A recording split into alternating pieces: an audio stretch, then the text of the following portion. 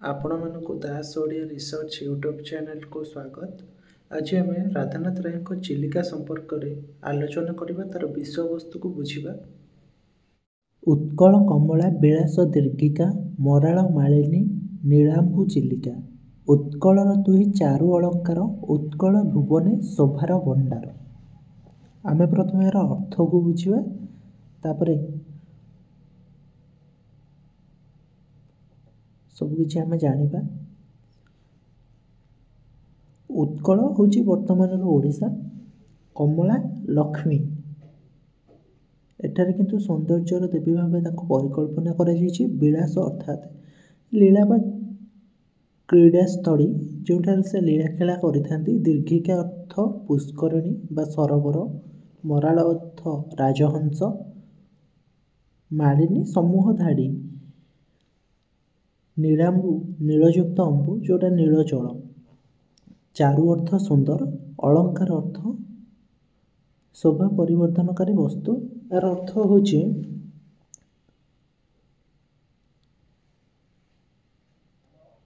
ନୀଳ ଜଳରାଶି ପରିପୂର୍ଣ୍ଣ ଧାଡ଼ି ଧାଡ଼ି ରାଜହଂସ ଶୋଭିତ ଚିଲିକା ସତେ ଯେପରି ଉତ୍କଳୀୟ ଶୋଭାଲକ୍ଷ୍ମୀଙ୍କର ଏକ ଚମତ୍କାର ଲୀଳାକ୍ଷେତ୍ର। ତାହା ଅତ୍ୟନ୍ତ ସୁନ୍ଦର। ସତେ ଯେମିତି ଲାଗେ ସେ ଅଳଙ୍କାର ପିନ୍ଧିଛି। ଏହାକୁ ଉତ୍କଳର ଅଳଙ୍କାର ବୋଲି ପରିକଳ୍ପନା କରିଛନ୍ତି କବି। ଏହା ଉତ୍କଳ ଭବନେ ଶୋଭା ଖେଳାଉଛି।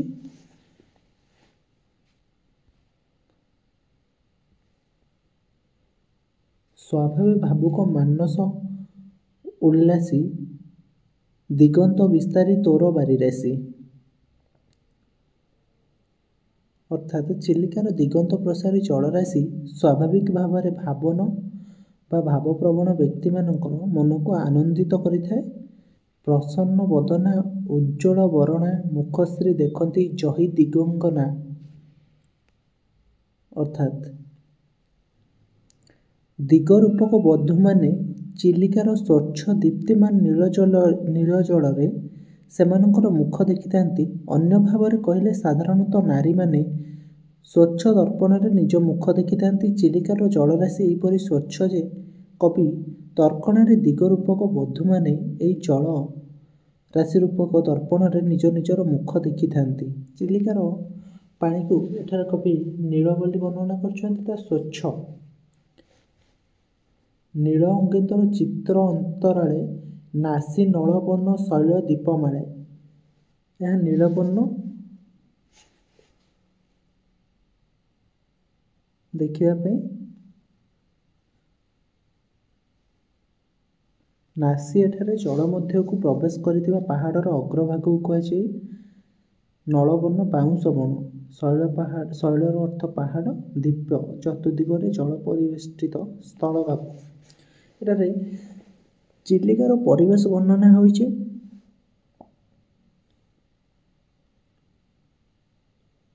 ଜଳ ସମ୍ପୂର୍ଣ୍ଣ ନୀଳ। ଦକ୍ଷିଣେ ମିଶି ତୋର ଗର୍ଭେ ଆସି ସୌରକ ରୋଭାସି ନୀଳ ରମ୍ଭା ନାସି।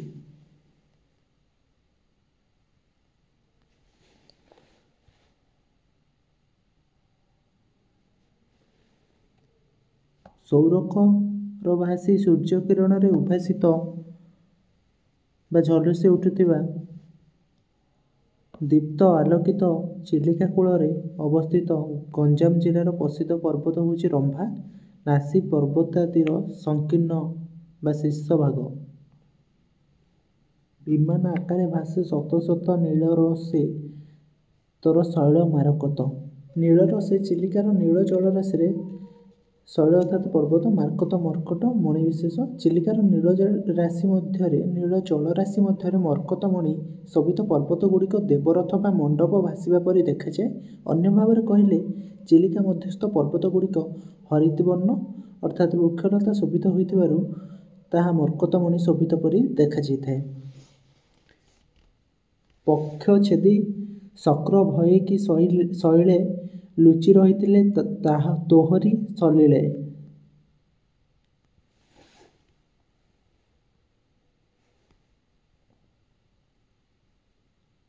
ପୌରାଣିକ ଆଖ୍ୟାନ ଅନୁଯାୟୀ ଅତୀତରେ ପର୍ବତମାନଙ୍କର ପକ୍ଷ ଥିବା ଯୋଗୁଁ ସେମାନେ ଉଡ଼ିଯାଇ କୌଣସି ଜନପଦ ଉପରେ ବସି ଯାଉଥିବାରୁ ଅନେକ ଜନଜୀବନ କ୍ଷତିଗ୍ରସ୍ତ ହେଉଥିଲେ। ଏଥିପାଇଁ ଇନ୍ଦ୍ର ବଜ୍ର ପ୍ରୟୋଗ କରି ସେମାନଙ୍କ ପକ୍ଷଚ୍ଛେଦନ କରିବାରୁ ଭୟରେ ପର୍ବତମାନେ ଚିଲିକାରେ ଲୁଚି ରହିଯାଇଥିଲେ।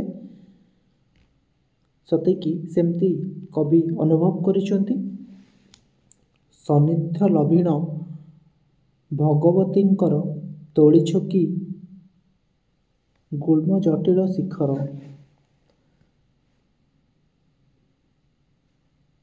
ଭଗବତୀଙ୍କର ଆଶ୍ରୟ ଲାଭ କରି ସେ ପର୍ବତମାନେ କ୍ଷୁଦ୍ର କ୍ଷୁଦ୍ର ଗୁଳ୍ମଲତା ମାନଙ୍କ ଦ୍ୱାରା ନିଜର ଶିଖର ମଣ୍ଡନ କରିଛନ୍ତି କି? ସେମିତି ମନେ ହେଉଛି। ଦେଉଳ କିରୀଟୀ କାଳିଜୟୀଗିରି ମାରକତ ସେତୁପ୍ରାୟ ଯାର ସେରି।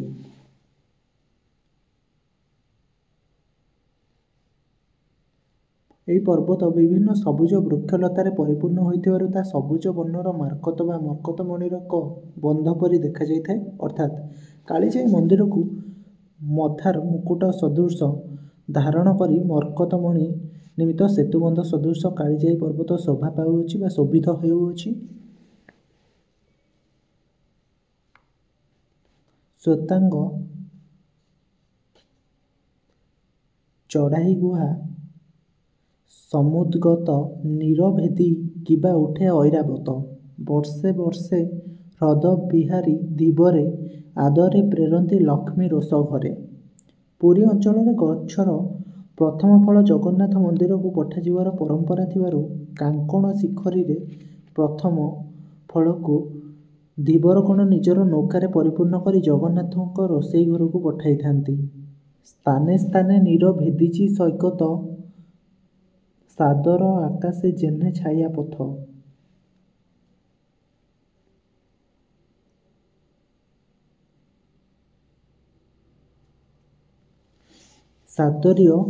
ଶାରଦୀୟ ଆକାଶରେ ଆଗ୍ନେୟ କୋଣରୁ ବାୟବ୍ୟ କୋଣ ପର୍ଯ୍ୟନ୍ତ ପରିଦୃଷ୍ଟ ତାରକା ସମାହାରରେ ଏକ ଉଜ୍ଜ୍ୱଳ ପଥ ଅନୁରୂପ ପାଣି ମଧ୍ୟରେ ଥିବା ବାଲୁକାପୂର୍ଣ୍ଣ ସ୍ଥାନ ନୀଳ ଆକାଶର ଛାୟାପଥ ପରି ଦେଖାଯାଏ ବୋଲି କବି ତର୍କଣା କରିଛନ୍ତି। ତାରାପୁଞ୍ଜେ ଯଥା ଶୋଭେ ହରିତାଳି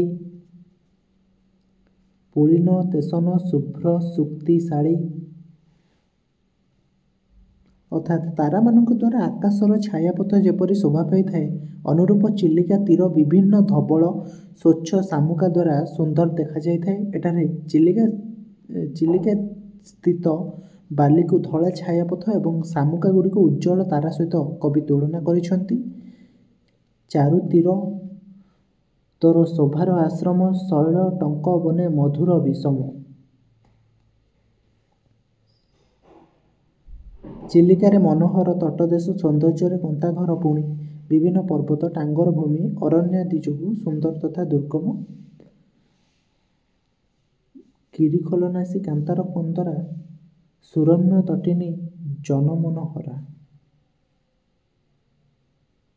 ଅର୍ଥାତ୍ ଚିଲିକା ସ୍ଥିତ ପାହାଡ଼ ଖୋଲ ଅନ୍ତରୀପ ଦୁର୍ଗମ ଅଞ୍ଚଳ ବା ଗହନ ବନ ମନୋହର ତଟିନୀ ଅକ୍ଲେଶରେ ଜନ ମନ ହରଣ କରିଥାଏ।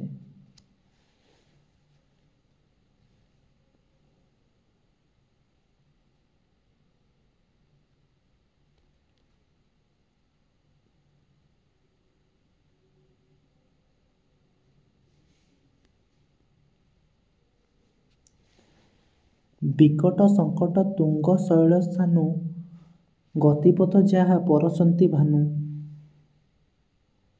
ସୂର୍ଯ୍ୟ ଗତି କରିବା ସମୟରେ ଚିଲିକା ସ୍ଥିତ ଭୀଷଣ ଅଭେଦ୍ୟ ଉଚ୍ଚ ପର୍ବତ ଶୃଙ୍ଗକୁ ସ୍ପର୍ଶ କରିଥାନ୍ତି ସେମିତି ମନେହୁଏ। ଅନ୍ୟାର୍ଥରେ କହିବାକୁ ଗଲେ ସୂର୍ଯ୍ୟ ଆକାଶ ମାର୍ଗରେ ଗତି କରିବା ସମୟରେ ଏହି ଉଚ୍ଚ ପର୍ବତର ଶିଖରମାନଙ୍କୁ ସ୍ପର୍ଶ କରିଥାନ୍ତି।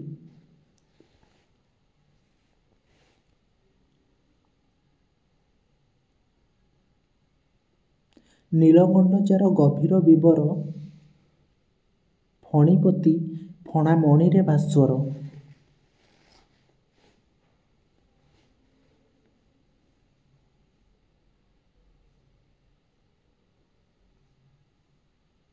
ଚିଲିକାରେ ଗଭୀର ଜଳଯୁକ୍ତ ସ୍ଥାନ ଏବଂ ଗର୍ତ୍ତ ଥିବା ସ୍ଥାନ ଅନ୍ଧାରୁଆ ତଥା ବିଭିନ୍ନ ସର୍ପ ଦ୍ୱାରା ପରିପୂର୍ଣ୍ଣ। ସେହି ସର୍ପମାନଙ୍କ ଫଣାରେ ମଣି ଥିବାରୁ ଅନ୍ଧାରିଆ ସ୍ଥାନଗୁଡ଼ିକ ମଣିର ଉଜ୍ଜ୍ୱଳ ଆଲୋକରେ ଆଲୋକିତ ହୋଇଥିଲା ପରି କବିଙ୍କୁ ମନେ ହୋଇଛି। ସେ ବର୍ଣ୍ଣନା କରିଛନ୍ତି ତାଙ୍କ ଚିଲିକା ମାଧ୍ୟମରେ କାବ୍ୟରେ।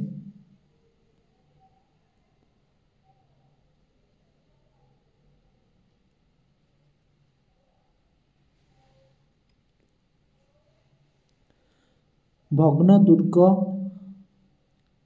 ଜରା ଜର୍ଜର ଦେଉଳ, ଶୈବାଳ ଅରଣ୍ୟ, ଲତା ଗୁଳ୍ମାକୁଳ ମୂର୍ତ୍ତିମତୀ ହୋଇ ଭବଭଙ୍ଗୁରତା ପ୍ରତିଧ୍ୱନି ଛଳେ କହେ ଯହିଁ କଥା। ଏଠାରେ ଥିବା ଭଗ୍ନ ପ୍ରସାଦ, ଜୀର୍ଣ୍ଣ ଦେଉଳ, ବିଭିନ୍ନ ପ୍ରକାର ଶିଉଳି ଓ ଅନାବନା ଗଛଲତା ଦ୍ୱାରା ଆଚ୍ଛାଦିତ ହୋଇ ପ୍ରତିଶବ୍ଦ ମାଧ୍ୟମରେ ସଂସାରର କ୍ଷଣଭଙ୍ଗୁରତା ସମ୍ପର୍କରେ ଜନସାଧାରଣଙ୍କୁ ସଚେତନ କରାଇ ଦେଉଛି। କୁରଙ୍ଗ କୁରଙ୍ଗୀ ଚିତ୍ତ କ୍ରୀଡ଼ାସ୍ଥଳ, ନବ ଦୁର୍ବାଦଳ ଶ୍ୟାମଳ ସାଦ୍ବଳ। ଆର ଅର୍ଥ, ଏଠାରେ ବହୁ ପରିମାଣରେ ତୃଣାଚ୍ଛନ୍ନ ଭୂମି ଥିବାରୁ ଓ ପ୍ରଚୁର ପରିମାଣରେ ନୂଆ ଦୁବଘାସ ମିଳୁଥିବାରୁ ହରିଣ ହରିଣୀଗଣଙ୍କ ଏହା ସର୍ବଦା ବିଚରଣସ୍ଥଳୀ ରୂପେ ପରିଗଣିତ ହୋଇଛି। ଦେଖ ରାଧାନାଥ କିପରି ସୁନ୍ଦର ଭାବରେ ବର୍ଣ୍ଣନା କରୁଛନ୍ତି ତାଙ୍କ ଚିଲିକା କାବ୍ୟରେ। ବିଶାଳ ପୁଳିନି ମନମୋହକାରୀ, ମରୀଚିକାଜାର ଚିର ସହକାରୀ।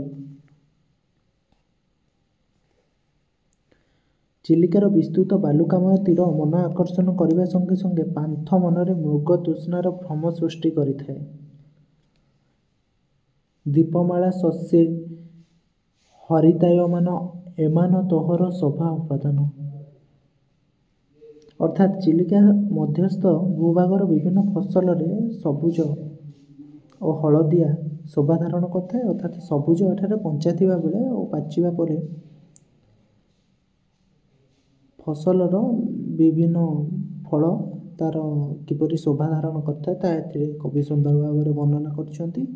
ଏତେ ଛବି ଯେଣୁ ଏକାଧାରେ ଠୁଳ, ଛବିଣ ଉତ୍କଳେ ତୋ ଛବି ଅତୁଳ। ଏତେ ଗୁଡ଼ିଏ ପ୍ରାକୃତିକ ଚିତ୍ର ଗୋଟିଏ ସ୍ଥାନରେ ଏକତ୍ର ହୋଇଥିବାରୁ ଶୋଭା ବା ସୌନ୍ଦର୍ଯ୍ୟ ପରିପୂର୍ଣ୍ଣ ଓଡ଼ିଶାର ଚିଲିକାର ଛବି ଅତୁଳନୀୟ ବା ତୁଳନାହୀନ, ଯାହାକୁ ତୁଳନା କରାଯାଇପାରିବ ନାହିଁ। ଏତେ ସୁନ୍ଦର ଶୋଭାମଣ୍ଡିତ ତାହା ହୋଇଛି କବିଙ୍କ ବର୍ଣ୍ଣନାରେ, ବା ବାସ୍ତବରେ ତାହା ମଧ୍ୟ ସତ୍ୟତା ପ୍ରତିପାଦନ କରିଥାଏ।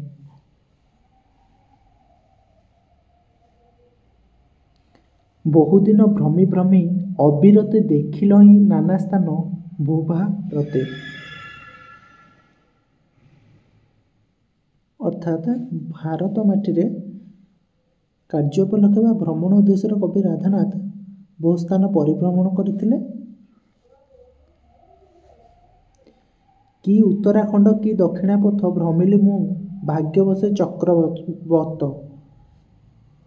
ଅର୍ଥାତ୍ ଚକ୍ରବତ ମାନେ ଚକ୍ର ପରି। ଭାଗ୍ୟବଳରୁ ରାଧାନାଥ ଚକ୍ର ପରି ଉତ୍ତର ଭାରତ ଓ ଦକ୍ଷିଣ ଭାରତ ପରିଭ୍ରମଣ କରିଥିବା ବିଷୟ ଏଠାରେ ସୂଚାଇ ଦେଇଛନ୍ତି। ଭାରତର ରତ୍ନ ସୀମନ୍ତ ଅଚଳ ଦେଖିଲି ହିମାଦ୍ରି ହିମ ଉର୍ଜ୍ଜସ୍ୱଳ। ଅର୍ଥାତ୍ କବି ଭାରତର ବିଭିନ୍ନ ସ୍ଥାନ ପରିଭ୍ରମଣ ସମୟରେ ଭାରତର ସୁନ୍ଥା ସଦୃଶ ମୂଲ୍ୟବାନ ଦୀପ୍ତିମନ୍ତ ରତ୍ନ ଶୋଭିତ ହିମାଳୟକୁ ଦେଖିଥିଲେ। ତୁଷାର ମଣ୍ଡିତ ହିମାଳୟର ପ୍ରାକୃତିକ ଦୃଶ୍ୟ ଅତୀବ ଚମତ୍କାର କବିଙ୍କ ମନ ମୋହି ନେଇଥିଲା।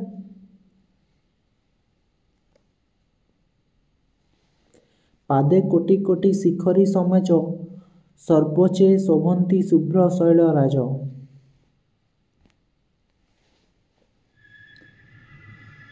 ଶୈଳରାଜ ପର୍ବତମାନଙ୍କ ମଧ୍ୟରେ ଥିବା ରାଜା ବା ଶ୍ରେଷ୍ଠ ପର୍ବତକୁ କୁହାଯାଇଛି। ଏଠାରେ ହିମାଳୟକୁ ଲକ୍ଷ୍ୟ କରି କୁହାଯାଇଛି। ଅର୍ଥାତ୍ ହିମାଳୟ ପାଦଦେଶରେ ଅସଂଖ୍ୟ ପାହାଡ଼ ବିରାଜମାନ ଥିଲେ ହେଁ ସମସ୍ତଙ୍କ ଉପରେ ଉଚ୍ଚତାରେ ହିମାଳୟ ଶୋଭା ପାଇଥାନ୍ତି। ଶୃଙ୍ଗ ପରି ଶୃଙ୍ଗ ତଦୁପରି ନୀଳ, ବ୍ୟୋମ ପଟେ ଚିତ୍ର ହେଲା ପରି, ନୀହାର ମୁକୁଟେ ମସ୍ତକ ମଣ୍ଡିତ, ସ୍କନ୍ଧେ ଶୋଭେ ଶୁଭ୍ର ଗଙ୍ଗା ଉପବୀତ।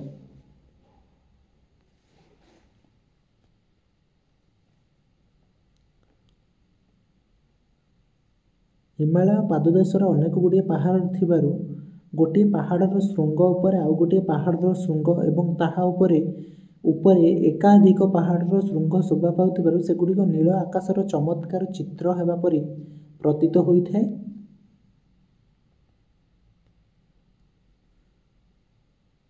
ଏଠାରେ କବି ଭାରତର ଉତ୍ତର ଦିଗରେ ଅବସ୍ଥିତ ହିମାଳୟ ସମ୍ପର୍କରେ ସୂଚନା ଦେଉଛନ୍ତି। ହିମାଳୟର ଶୀର୍ଷ ଦେଶ ବରଫ ପରିପୂର୍ଣ୍ଣ ହୋଇଥିବାରୁ କବି ତର୍କଣାରେ ସତେ ଯେପରି ହିମାଳୟର ମସ୍ତକ ତୁଷାର ରୂପକ ମୁକୁଟରେ ପରିଶୋଭିତ।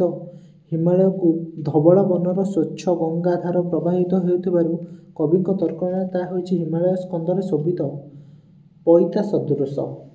ନିସ୍ତବ୍ଧ ନୀରବ ସେ ମହାବିଜନେ, ସନାତନ ଶ୍ଵେତ ତୁଷାର ଆସନେ। ବ୍ୟୋମକେଶ ମୂର୍ତ୍ତି ଦେଖିଲି ଚମକି, ପଡ଼ିଲା ସେ ରୂପ ଚିତ୍ତବୃତ୍ତି ଥକି। ମନେ ମନେ କହି ନମିଲି ନୀରବେ, ନମ ଦେବାତ୍ମନେ ଶ୍ରୀ ଗୌରୀ ଗୁରବେ। ହିମାଳୟର ସେ ନିଶ୍ଚଳ ନିସ୍ତବ୍ଧ ନିଛାଟିଆ ସ୍ଥାନରେ କବି ଶାଶ୍ୱତ ଶିବମୂର୍ତ୍ତିକୁ ଧବଳ ବରଫ ଆସନରେ ଦେଖି ଚମକି ପଡ଼ିଲେ ଓ ତାଙ୍କର ଚିନ୍ତା କରିବାର ଶକ୍ତି ଲୋପ ପାଇଗଲା। ମନେ ମନେ ନମ ଦେବାତ୍ମନେ ଶ୍ରୀ ଗୌରୀ ଗୁରବେ ବା ଦେବତାମାନଙ୍କର ଚିର ଆଶ୍ରୟସ୍ଥଳ ପାର୍ବତୀଙ୍କର ପିତା ହିମାଳୟକୁ ସଭକ୍ତି ପ୍ରଣିପାତ କଲେ।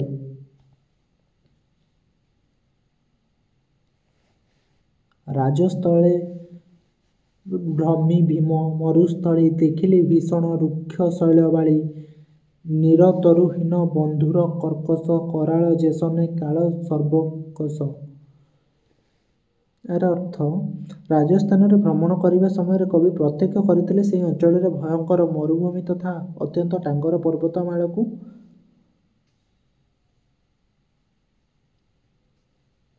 ସେହି ଜଳହୀନ ବୃକ୍ଷହୀନ ଟାଙ୍ଗର ରୁକ୍ଷ ଭୂମିକୁ ଦେଖିଲେ ସମୟ କିପରି ଭୀଷଣ ଓ ସବୁକିଛି ଧ୍ୱଂସକାରୀ ତାହା ଜଣାଯାଉଥିଲା। ଅନ୍ୟ ଭାବରେ କହିଲେ ସେ ସ୍ଥାନ ଜଳହୀନ, ତରୁହୀନ, କଠିନ ଏବଂ କାନ୍ତ ପରି ସର୍ବଗ୍ରାସୀ ଓ ଭୟଙ୍କର। ଏଠାରେ ବନ୍ଧୁର ମାନେ ଅସମତଳ ବା ଟାଙ୍ଗର କୁହାଯାଇଛି। ଭୀମର ଅର୍ଥ ଏଠାରେ ଭୟଙ୍କର ଦର୍ଶାଯାଇଛି। ମରୁସ୍ଥଳୀ ନିର୍ଜନ, ଜଳହୀନ, ବୃକ୍ଷହୀନ, ବାଲୁକାପୂର୍ଣ୍ଣ ସ୍ଥାନ ମରୁଭୂମି କୁହାଯାଇଛି ବା ମରୁଭୂମି ପ୍ରକୃତରେ ସେଇଆ। ଚଣ୍ଡାଂଶୁ କିରଣେ ଖର ଅତିଶୟ, ଦରିସାଇ ଭୋଗୀ ଶ୍ୱାସେ ବିଷମୟ। ତପ୍ତବାୟୁ ଯହିଁ ପ୍ରଚଣ୍ଡେ ସଞ୍ଚରି, ପାନ୍ଥବାୟୁ ନିଏ ପ୍ରତିପଦେ ହରି। ଛାୟାଦାନେ ଦକ୍ଷ ଯହିଁ ନାଗ ଫେଣି, ନିରଦାନେ ପୁଣି ମରୀଚିକା ବେଣୀ। ତୃଷାତୁର ରୋଗୀ ଗୃହେ ଯଥା ବସି, ସ୍ମରେ କମଳିନୀ ହରିତ ସରସୀ। ସେହି ରୁକ୍ଷ ଦୃଶ୍ୟେ ସ୍ନିଗ୍ଧ ଛବି ତୋର, ନେତ୍ରାତିଥି ସ୍ମୃତି କରୁଥିଲା ମୋର।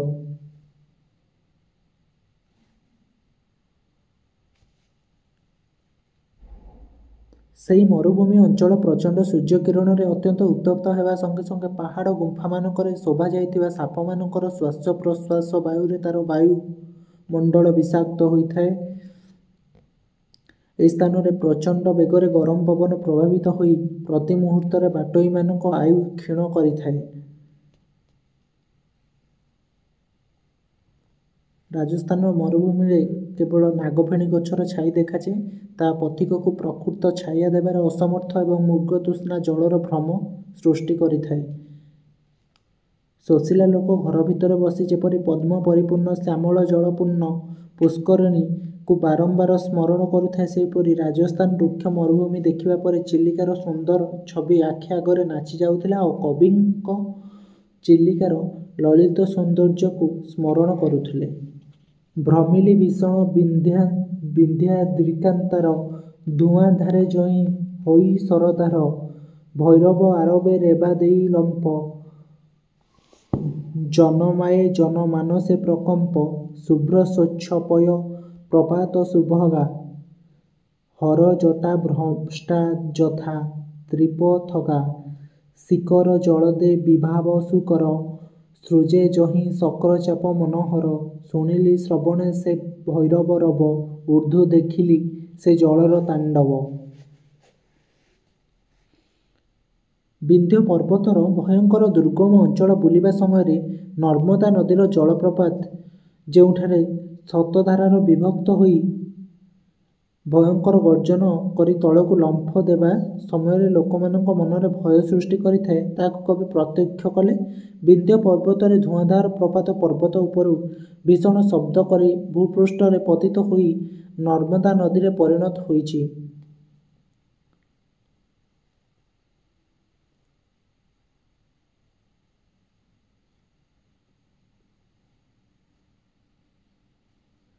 ଶିବଙ୍କ ଜଟାରୁ ଗଙ୍ଗା ଯେପରି ନିମ୍ନଗାମୀ ହୋଇ ପ୍ରବାହିତ ହୋଇଥାନ୍ତି, ସେହିପରି ସେହି ବିମଳ ନିର୍ମଳ ସୁନ୍ଦର ଜଳପ୍ରପାତକୁ ନିମ୍ନଗାମୀ ହେବାର କବି ଦେଖିଲେ। ସୂର୍ଯ୍ୟକିରଣ ମେଘର ଜଳକଣା ଉପରେ ପଡ଼ି ସୁନ୍ଦର ଇନ୍ଦ୍ରଧନୁ ସୃଷ୍ଟି କରିବାର ପ୍ରତ୍ୟକ୍ଷ କରିଥିଲେ କବି ସେଠାରେ।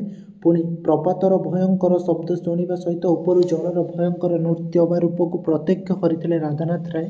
ଭ୍ରମିଲି ଦକ୍ଷିଣାପଥେ ଉପତ୍ୟକା ଝିଲି ଝଙ୍କାରିତ ଅଟବୀ ଦଣ୍ଡକା।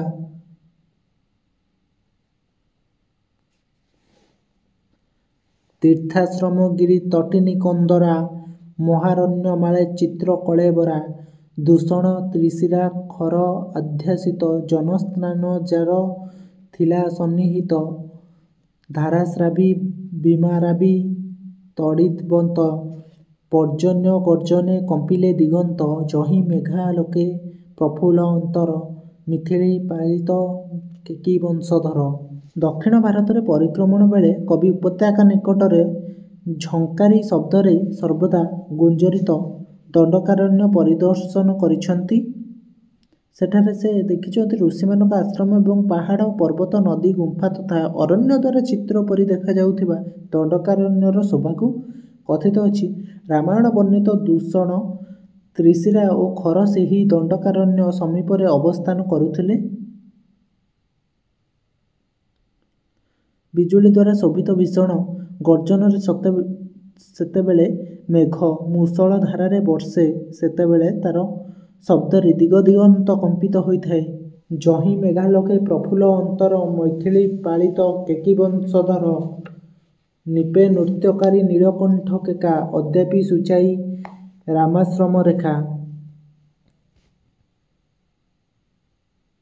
ଆକାଶରେ ମେଘ ସହିତ ଆଲୋକ ଦେଖିବା ମାତ୍ରେ ଦଣ୍ଡକାରଣ୍ୟରେ ସୀତାଙ୍କ ଦ୍ୱାରା ପାଳିତ ମୟୂରୀଗଣଙ୍କ ବଂଶଧରମାନଙ୍କର ହୃଦୟ ଆନନ୍ଦରେ ଭରିଯାଉଥିଲା ଏବଂ ମୟୂରଗଣଙ୍କ କଦମ୍ବ ବୃକ୍ଷରେ ନୃତ୍ୟ ଆରମ୍ଭ କରିଦେଉଥିଲେ।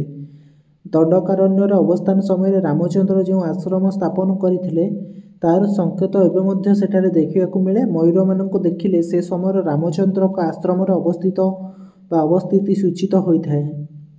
ଭୀଷଣ କନ୍ଦରା ମଧ୍ୟେ ବସି ତହିଁ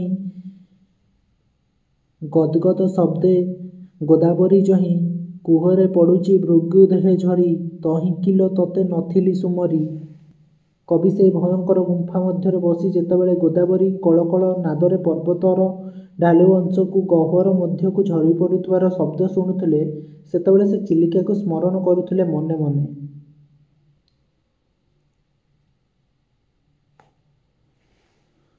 ବାତ୍ୟା ଆନ୍ଦୋଳିତ ମହାଭୟଙ୍କର ଭ୍ରମିଲି ଭୀଷଣ ରାଜ୍ୟ ବରୁଣର।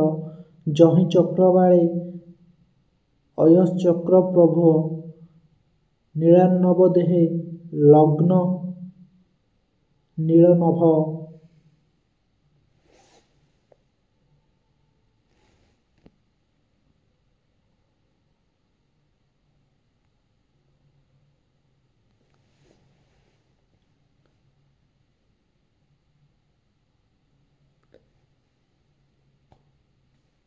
କବି ଦକ୍ଷିଣ ଭାରତର ସମୁଦ୍ର ନିକଟବର୍ତ୍ତୀ ଅଞ୍ଚଳ ବୁଲିଛନ୍ତି, ଯେଉଁଠାରେ ପ୍ରବଳ ପବନ ବା ବାତ୍ୟା ଭୟଙ୍କର ବାତାବରଣ ସୃଷ୍ଟି କରିଥାଏ।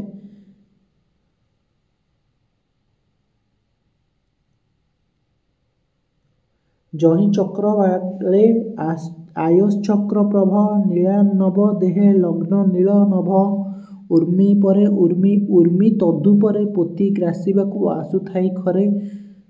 ସ୍ତବ୍ଧ ଭାବେ ଏହି ମହାଦୃଶ୍ୟମାନ ଦେଖିଲି ଭାରତେ ଭ୍ରମି ନାନା ସ୍ଥାନ। ଦିଗନ୍ତରେ ଯେଉଁଠାରେ ନୀଳ ସମୁଦ୍ର ସହିତ ନୀଳାକାଶ ଲାଗିଯାଇଥିବାର ପରି ଜଣାଯାଏ, ତାହା ଗୋଟିଏ ଲୁହା ଚକ୍ ଚକ୍ ଭଳି ଦିଶିଥାଏ। ସମୁଦ୍ରରେ ଭାସୁଥିବା ଡଙ୍ଗାଗୁଡ଼ିକୁ ବଡ଼ ବଡ଼ ଢେଉମାନ କ୍ଷିପ୍ର ଗତିରେ ସତେ ଯେପରି ଗିଳି ଦେବାକୁ ଆସିବା ପରି ମନେ ହୁଏ। ଭାରତର ବିଭିନ୍ନ ସ୍ଥାନ ଭ୍ରମଣ କରିବା ସମୟରେ କବି ଆଶ୍ଚର୍ଯ୍ୟଚକିତ ଭାବରେ ଏହିପରି ବିଚିତ୍ର ଦୃଶ୍ୟମାନ ପ୍ରତ୍ୟକ୍ଷ କରିଛନ୍ତି।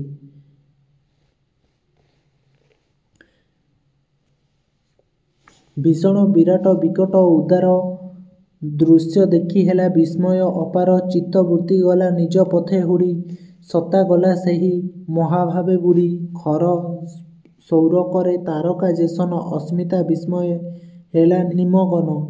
ସେଠାରେ କବି ନୀଳ ସମୁଦ୍ରର ଭୟଙ୍କର ବିରାଟ କଦାକାର ଏବଂ ଶାନ୍ତ ଦୃଶ୍ୟ ଦେଖି ବିସ୍ମୟାନ୍ୱିତ ହୋଇଛନ୍ତି ବା ବିସ୍ମୟ ହୋଇଛନ୍ତି। ସମୁଦ୍ରର ମହାନ ଭାବ ମଧ୍ୟରେ କବିଙ୍କ ଚିନ୍ତା କରିବା ଶକ୍ତି ବାଟ ଭୁଲି ତା ମଧ୍ୟରେ ପ୍ରଖର ସୂର୍ଯ୍ୟକିରଣରେ ତାରକା ସ୍ଥିତି ହରାଇବା ପରି ନିଜ ଅହଂଜ୍ଞାନ ହରାଇ ଆଶ୍ଚର୍ଯ୍ୟ ଭାବରେ ନିମଜ୍ଜନ ହୋଇଗଲେ। ଗୁରୁ ପ୍ରାୟ ତାଙ୍କୁ ଦୂରୁ କରିବିତି, ସଖୀ ପ୍ରାୟ ତୋତେ ସ୍ମରୁଥିଲି ନୀତି। ଇତର ଜନର ଅବସାଦକର, ଯୋଗୀ ଋଷିଙ୍କି ସେ ସ୍ଥାନ ମନୋହର। ସେହି ମହାସମୁଦ୍ରକୁ ଦେଖି କବି ଭୟରେ ଗୁରୁଙ୍କୁ ଦୂରରୁ ସମ୍ମାନ ଜଣାଇବା ପରି ହୃଦୟର ଭୟମିଶ୍ରିତ ସମ୍ମାନ ଅର୍ପଣ କରିଛନ୍ତି। ମାତ୍ର ଚିଲିକାର ସ୍ନିଗ୍ଧ ସୌନ୍ଦର୍ଯ୍ୟକୁ କବି ନିଜର ଜଣେ ଆପଣାର ସହୃଦୟ ସହଚରୀର ଭାବ ରୂପେ ଗ୍ରହଣ କରି ବାରମ୍ବାର ତାକୁ ସ୍ମରଣ କରିଛନ୍ତି। ସାଧାରଣତଃ ଲୋକଙ୍କ ପାଇଁ ସେହି ବିରାଟ ଗମ୍ଭୀର ଉଦାର ମହାସମୁଦ୍ରର ଭାବ ନିଶ୍ଚିତ ଭାବରେ ବିରକ୍ତିକର, ହୁଏତ ଯୋଗୀ ଋଷିଙ୍କ ପରି ସ୍ଥିତପ୍ରଜ୍ଞ ବ୍ୟକ୍ତିଙ୍କ ନିକଟରେ ଆଦରଣୀୟ ବା ସୁନ୍ଦର ହୋଇପାରେ। ରବି କରେ ମୁଦ କମଳ ଲୋଭଇ, ଝାଉଁଳି ପଡ଼ନ୍ତି ଅନ୍ୟ ପୁଷ୍ପ ତହିଁ। ସେହି ପୁଷ୍ପ ପୁଣି ସ୍ନିଗ୍ଧ ଶଶୀ କରେ, ପିଅନ୍ତି ପୀୟୁଷ ପ୍ରଫୁଲ୍ଲ ଅନ୍ତରେ। ତୋ ଛବି ଦର୍ଶନେ ସେହି ରୂପ ମନ, ଲଭେ ସୁମଧୁର ଶାନ୍ତ ଆସ୍ୱାଦନ। ବିରାଟ ନହି ତୁ ଯେଣୁ ସୁବୃହତ, ସ୍ତବ୍ଧ ନହି ମନ ହୁଅଇ ଉନ୍ନତ। ଅବସାଦେ ଅବା ଆତ୍ମବିସ୍ମୃତିରେ, ବୁଡ଼େ ନାହିଁ ମନ ତୋର ରମ୍ୟ ତୀରେ। ଅର୍ଥାତ୍ ସୂର୍ଯ୍ୟଙ୍କ କିରଣରେ ପଦ୍ମ ପ୍ରସ୍ଫୁଟିତ ହେଉଥିବାରୁ ଆନନ୍ଦ ଲାଭ କରେ। ମାତ୍ର ଅନ୍ୟାନ୍ୟ ଫୁଲ ସୂର୍ଯ୍ୟଙ୍କ ପ୍ରଖର କିରଣ ସହ୍ୟ କରି ନପାରି ଝାଉଁଳି ପଡ଼ିଥାନ୍ତି। ଅଥଚ ଏହି ଝାଉଁଳି ପଡ଼ିଥିବା ପୁଷ୍ପଗୁଡ଼ିକ ଶୀତଳ ଚନ୍ଦ୍ରକିରଣର ଆନନ୍ଦରେ ପ୍ରସ୍ଫୁଟିତ ହୋଇ ସେଥିରୁ ଅମୃତ ପାନ କରିଥାନ୍ତି। ଅନୁରୂପ ଭାବେ ଚିଲିକାର ଦର୍ଶନରେ ହୃଦୟର ସୁମଧୁର ଶାନ୍ତି ଉପଭୋଗ କରିଥାଏ। ଚିଲିକା ବିରାଟ ବିସ୍ତାରିତ ନ ହୋଇ ମହାନ ହୋଇଥିବାରୁ ତାର ଦର୍ଶନରେ ମନ ବୋଧଶୂନ୍ୟ ନ ହୋଇ ବରଂ ଉନ୍ନତ ବା ମହତ୍ତର ହୋଇଥାଏ। ଚିଲିକା କୂଳରେ ବସିଲେ ସାଧାରଣ ମଣିଷର ମନ କେବେ ଦୁଃଖରେ ବୁଡ଼େ ନାହିଁ କିମ୍ବା ନିଜର ସ୍ଥିତି ବିସ୍ମୃତ ହୋଇ ହୁଏ ନାହିଁ। ଅର୍ଥାତ୍ ଚିଲିକା ଅତ୍ୟନ୍ତ ସୁନ୍ଦର, ପରିବେଶ ଅତ୍ୟନ୍ତ ଶାନ୍ତ। ସେଠି ଯିଏ ଗଲେ ସମସ୍ତ ଦୁଃଖ ଦୂର ହୋଇଥାଏ ତାର ପରିବେଶକୁ ଦେଖି। ସ୍ନିଗ୍ଧ ରୂପ ତୋର ଚିତ୍ତ ଉଲ୍ଲାସକ, ସୁମଧୁର ଦ୍ୱୈତ ଭାବର ଦ୍ୟୋତକ। ସଙ୍ଗୀତ ତୋହର ଚିର ସହଚର, ନୀଳ ବକ୍ଷ ତୋର ସଙ୍ଗୀତେ ମୁଖର। ଭାସମାନ ଶ୍ଵେତ ପ୍ରସାଦ ଆକାରେ, ଗାଆନ୍ତି ବିହଙ୍ଗେ ତୋରଣ ଦୋଳାରେ। ନୀଳତର କରି ଛାୟାରେ ତୋ ଅଙ୍ଗ, ଊର୍ଦ୍ଧ୍ୱେ ମେଘା କାଳେ ଉଡ଼ନ୍ତି ବିହଙ୍ଗ। ଅର୍ଥାତ୍ ଚିଲିକାର ସୁନ୍ଦର ରୂପ ହୃଦୟକୁ ଆନନ୍ଦିତ କରିଦିଏ ବା ଆନନ୍ଦ ଦିଏ। ଏହା ଦର୍ଶକଙ୍କ ଆତ୍ମବିସ୍ମୃତି ନ ଘଟାଉଥିବାରୁ ଦ୍ୱୈତ ଭାବର ଦ୍ୟୋତକ। ଭକ୍ତ ଓ ଭଗବାନ ଅର୍ଥାତ୍ ଯେଉଁ ମତବାଦରେ ଉପାସ୍ୟ ଭଗବାନ ଓ ଉପାସ୍ୟ ହେଉଛନ୍ତି ଭକ୍ତ, ଏହି ପରସ୍ପରର ଅବସ୍ଥିତିକୁ ସ୍ୱୀକାର କରାଯାଏ ତାହାକୁ ଦ୍ୱୈତ ଭାବ କୁହାଯାଏ। ଚିଲିକା ମଣିଷ ହୃଦୟରେ ଏହି ଉପାସ୍ୟ ଓ ଉପାସକ ଏହି ଦୁଇ ଭାବ ଜାଗ୍ରତ ମୁଖ୍ୟତଃ କରିଥାଏ। ଚିଲିକା ବକ୍ଷରେ ବିବିଧ ପକ୍ଷୀଙ୍କର ଗୁଞ୍ଜରଣ ଅବିରତ ଚାଲୁଥିବାରୁ ଏବଂ ଲହରୀର ସ୍ୱର ଅନବରତ କୂଜନିତ ହେଉଥିବାରୁ କବି ସଙ୍ଗୀତ ଚିଲିକାର ଚିର ସହଚର ତଥା ତାର ନୀଳବକ୍ଷ ସର୍ବଦା ସଙ୍ଗୀତ ମୁଖର ବୋଲି କହିଛନ୍ତି। କିଚିରି ମିଚିରି ଶବ୍ଦ ଚଢ଼େଇମାନଙ୍କର ମୁଖ୍ୟତଃ ଚିଲିକାରେ ସବୁବେଳେ ଦେଖାଯାଇଥାଏ। କବି ତାହା ଏଠାରେ ବର୍ଣ୍ଣନା କରିଛନ୍ତି। ଚିଲିକାର ବକ୍ଷରେ ଦଳ ଦଳ ହୋଇ ଭାସୁଥିବା ଧଳା ରଙ୍ଗର ପକ୍ଷୀକୁ କବି ଧଳା ପ୍ରସାଦ ସହିତ ତୁଳନା କରିଛନ୍ତି। ସେହି ଧବଳ ରଙ୍ଗର ପକ୍ଷୀ ସମୂହ ତରଙ୍ଗ ଦଳା ବା ଆମେ କହିପାରିବା ଲହରୀ ପରି ଉପର ତଳ ହେଉଥିବାରୁ ମନେ ହୋଇଥାଏ। କବି ତାକୁ ତରଙ୍ଗ ଦୋଳା କହିଛନ୍ତି। ଦୋଳି ଖେଳିବା ସମୟରେ ତାହାର ଉପର ତଳ ହୋଇଥାଏ। ଦୋଳାୟମାନ ହୋଇ ବିଭିନ୍ନ ସ୍ୱରରେ ସଙ୍ଗୀତମାନ ଗାନ କରିଥାନ୍ତି। ପୁଣି ଦଳ ଦଳ ବିହଙ୍ଗ ଚିଲିକା ଉପରେ ମେଘ ପରି ଉଡ଼ୁଥିବାରୁ ଲକ୍ଷ୍ୟ ଝାଡ଼ି ଶୂନ୍ୟୁ ସ୍ଥିର ଲକ୍ଷ୍ୟ ହୋଇ ଚଳ ମତ୍ସ୍ୟେ ଚିଲା ମାରନ୍ତି ଗାଙ୍ଗୋଇ। କଳା ନୀଳ ପୀତ ହରିତ ଲୋହିତ ବିହଙ୍ଗମେ ଉର୍ମି କାହିଁ ବିମଣ୍ଡିତ। ଜଳଦେବୀ କଳଙ୍କିରିଣୀ ନିକୋଣ ପ୍ରାୟ ଶୋଭିଥାଏ ସରାଳୀ ନିସ୍ୱନ। ଯୁଥେ ଯୁଥେ ମତ୍ସ୍ୟ ନିଜ ଶୁଭ୍ର କାନ୍ତି ନୀଳ ନୀରେ ଡେଇଁ ଉଲ୍ଲାସେ ଦେଖନ୍ତି। ଧିକାର ମୁକୁତା ସୁକ୍ତି ବର୍ଣ୍ଣ ଛଟା ସଳକା ବୃତ ବପୁ ପ୍ରକଟେ ଭେକଟା। ଗାଙ୍ଗୋଇ ଚିଲିକାର ଉପରି ଭାଗରେ ଉଡ଼ିବା ବେଳେ ଚିଲିକା ବକ୍ଷରେ ପହଁରୁଥିବା ମାଛକୁ ଲକ୍ଷ୍ୟ କରି ଝାମ୍ପ ମାରିଥାଏ। ଚିଲିକାର ନୀଳ ଲହରୀମାଳା କଳା ନୀଳ ହଳଦିଆ ସବୁଜ ଲାଲ ଆଦି ବିଭିନ୍ନ ପକ୍ଷୀଙ୍କ ଦ୍ୱାରା ସୁଶୋଭିତ ହୋଇଥାଏ। ଚିଲିକାରେ ସନ୍ତରଣତଃ ପାହାନ୍ତି ହଂସମାନଙ୍କର ସ୍ୱର ଜଳଦେବୀଙ୍କ କଟିଭୂଷଣ ଅଳଙ୍କାର ବିଶେଷରେ ଝଙ୍କାର ପରି ଶୁଭୁଥାଏ। ଦଳ ଦଳ ମାଛ ଚିଲିକାରେ ନୀଳ ଜଳରେ ଲମ୍ଫ ପ୍ରଦାନ କରି ନିଜର ଶୁଭ୍ର ଶରୀରର କାନ୍ତି ପ୍ରଦର୍ଶନ କରିଥାନ୍ତି। ଧିକ୍କାର କରି ମୁକୁତା ସୁକ୍ତି ବର୍ଣ୍ଣ ଛଟା ସଳକା ବୃତ ବପୁ ପ୍ରକଟେ ଭେକଟା। ବିଷଦଗ୍ଧ ଶଙ୍କୁ ପ୍ରାୟ ବହି ପୁଚ୍ଛ ଶଙ୍କା ଉପୁଜାଏ ବିକଟ ସାଙ୍କୁଚ। ଶିଶୁମାର ଖେଳେ ତରଙ୍ଗେ ଓଲଟି ଉଡ଼ି ବୁଡ଼ଇ ନପଡ଼ୁ ନେତ୍ରେ ପଟି। କଳାମୁଣ୍ଡ ଜଳେ ଛଟକେ ଦେଖାଇ ବୁଲଇ ମଗର ଏଣେ ତେଣେ ଧାଇଁ। କୋଟି କୋଟି ଜୀବେ ଲଭନ୍ତି ଜୀବିକା ତୋ ଦେହେ ଏ ରୂପ ବିଚରି ଚିଲିକା। ଅର୍ଥାତ୍ ଚିଲିକା ଜଳରେ ବୃହତ୍ ଶରୀରଧାରୀ ମାଛକାତି ଦ୍ୱାରା ଆବୃତ ହୋଇଥିବା ଭେକଟା ମାଛ ତାର ଶରୀର କାନ୍ତି ଦ୍ୱାରା ମୁକ୍ତାପୂର୍ଣ୍ଣ ଶାମୁକାର କାନ୍ତିକୁ ମଧ୍ୟ ନ୍ୟୁନ କରିଥାଏ। ବିଷାକ୍ତ କଣ୍ଟାର ଲାଞ୍ଜ ଧାରଣ କରିଥିବା ବିରାଟ ସାଙ୍କୁଚ ମନରେ ସଦା ଭୟ ସୃଷ୍ଟି କରିଥାଏ। ଶିଶୁମାର ଲହରୀରେ ଓଲଟି କ୍ରୀଡ଼ା କରୁଥାଏ। ଆଖି ପିଛୁଳାକେ ତାହା ଚିଲିକା ଜଳରେ ବୁଡ଼ି ଉଠୁଥାଏ। ମଗର ମାଛ ତାର କଳା ମୁଣ୍ଡକୁ ଦେଖାଇ ଜଳରେ ଏଣେ ତେଣେ ବୁଲୁଥାଏ। ଚିଲିକା ଜଳରେ ବିଚରଣ କରି କୋଟି କୋଟି ଜୀବ ସେମାନଙ୍କର ଜୀବନ ଧାରଣ କରିଥାନ୍ତି। ଏହି କୋଟି କୋଟି ଜୀବଙ୍କୁ ଖାଦ୍ୟ ଯୋଗାଇ ମଧ୍ୟ ଚିଲିକାର ଅସରନ୍ତି ଖାଦ୍ୟ ଭଣ୍ଡାର କେବେ ବି ଶେଷ ହୁଏ ନାହିଁ। ଚିଲିକା ହେଉଛି ଗୋଟିଏ ଅସରନ୍ତି ଭଣ୍ଡାର। ଛଟକେ ଅର୍ଥାତ୍ ଚାତୁରୀରେ ଶିଶୁମାର ଯେଉଁ ଶିଶୁମାର ଏଠାରେ ହିଂସ୍ର ଜଳଜୀବକୁ କୁହାଯାଇଛି।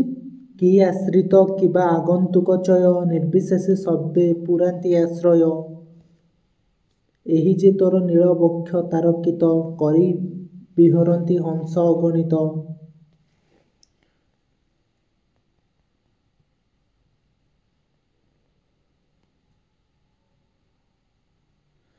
କିଏ ଆଗନ୍ତୁକ ହୁଅନ୍ତୁ କିମ୍ବା କିଏ ଆଶ୍ରୟ କରି ରୁହନ୍ତୁ ନିର୍ବିଶେଷରେ ସମସ୍ତେ ଅଭିଳାଷ ନେଇ ଆସନ୍ତି ତୋର ନୀଳବକ୍ଷରେ ବା ଉଜ୍ଜଳମୟ ଏହି ଚିଲିକାରେ ଆଶ୍ରୟ ନେବା ପାଇଁ ରହିବା ପାଇଁ। ଏହା ଯେ ତୋ ନୀଳ ବକ୍ଷ ତାରକିତ କରି ବାହାରନ୍ତି ହଂସ ଅଗଣିତ। ଯାতে ଚିଲିକାର ନୀଳ ଜଳରାଶିକୁ ଯେତେବେଳେ ସେ ହଂସମାନେ ବିଚରଣ କରନ୍ତି ଏକାଧିକ ବା ଅଗଣିତ ସେମାନେ ସେ ତାରକିତ କରିଦିଅନ୍ତି ବା ଉଜ୍ଜଳମୟ କରିଦିଅନ୍ତି ଧବଳମୟ ଭାବରେ ଚିଲିକାକୁ।